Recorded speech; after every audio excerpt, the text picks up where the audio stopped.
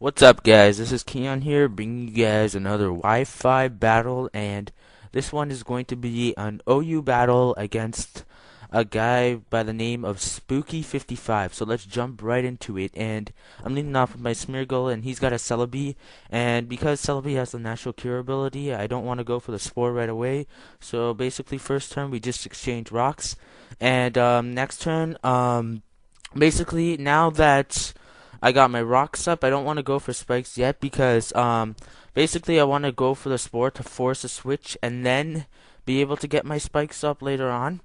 So, and to rack up the stealth rock damage. So that's basically why I went for the spore here. And so this turn, I know that Celebi has a natural cure ability, and I know that he wants to switch, so I go for the Spore again, and it pays off in two ways, which is that since this incoming Zapdos is weak to Stealth Rock, he'll be taking 25%, and he will also be put to sleep, which is very good for me. So now I could proceed to set up spikes, and he's gonna opt to stay in, which is fine by me because I could set up more spikes as he's trying to wake up.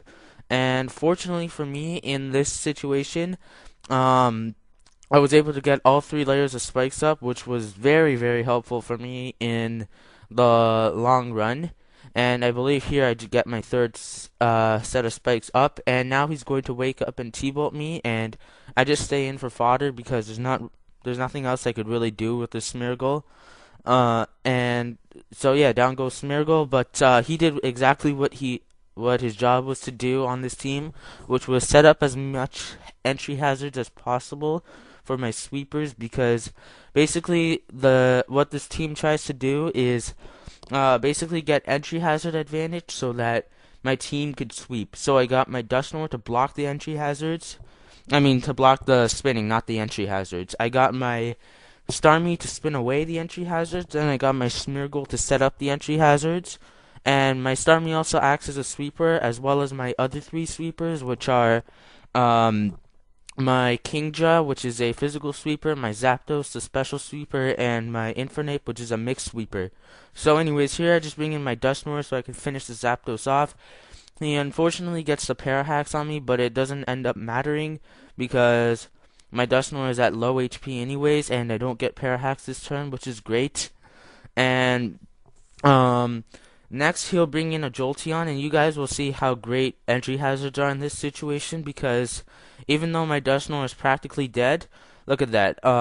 Because of the spikes and stealth rock damage and shadow sneak, his Jolteon is actually almost dead, which is very great for me because now I could just bring in something else with priority and just pick it off, which is exactly what I'll do in a second here. As I will right now, I will bring in my Infernape so I could just Mach Punch this Jolteon to death, and I know that it'll finish it off because I have Life Orb.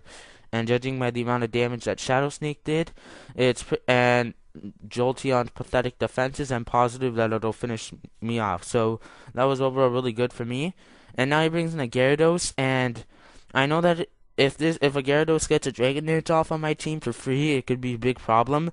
So I stay into Stone Edge, but he runs a Scarf Gyarados, which is pretty surprising in my opinion, and I also think that that's not a really great idea because of not Dragonite, Gyarados' ability just to set up Dragon Dances, which would give it the speed of a Choice Scarf as well as extra power and the ability to switch moves and to have an item. And also I could do something like what I did here, which is just bring in a Kingdra and a Time Sport resisted Waterfall won't do nothing for me, so I could get up a free Dragon Dance. And here he brings in a Machamp, and Machamp is kind of bulky, so I'm not too confident that Waterfall will finish it off, and I'm not going to do, damage calc in the middle of the battle, because I think that's just poor etiquette.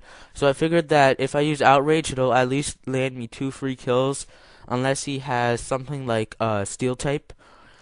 And that's exactly what happened, so I go for the Outrage, and thanks to my entry hazards, it'll be able to finish off this Machamp. And, now he brings his Gyarados back in, and that was actually a pretty smart move because of the Intimidate. My attack is now +0, but my speed is still +1, but I believe he is faster, because my Kingdra isn't running max speed, and he goes for the Ice Fang.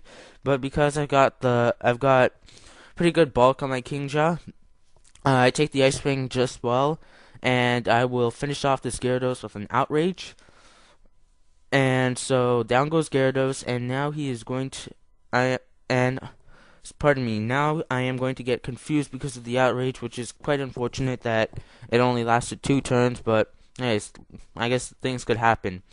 And he brings in his Celebi, and I'm hoping that this Outrage could finish it off, but unfortunately, the Celebi will live with just a smidgen of HP, and he goes for the Leaf Storm here, and I barely live it. Apparently, my Kingdra has second chance on because he lives that with 3 HP. And so here I'm gonna see if I could get another Outrage off, but unfortunately I die. But that's not too much of a problem because I could just bring in one of my sweepers and just pick the Celebi off from here. And I decided to bring in my Starmie because Starmie's a pretty fast poke, and it's likely that he could take his last poke. It's likely that Starmie could take his last poke one-on-one, so I just thought that that would be the best overall choice out of the guys I have left. And so his last guy is a Heracross, and I was kind of worried that this was scarfed and it might cause a bit of trouble for my team, but thankfully it's not scarfed, and I'll just surf it, and that'll finish off the Heracross. So yeah, great game, Sp00ky55. I had a lot of fun, and if you guys like the battle, come and check out our channel. We got a lot of variety there, and that's about it. Thanks, guys. Later.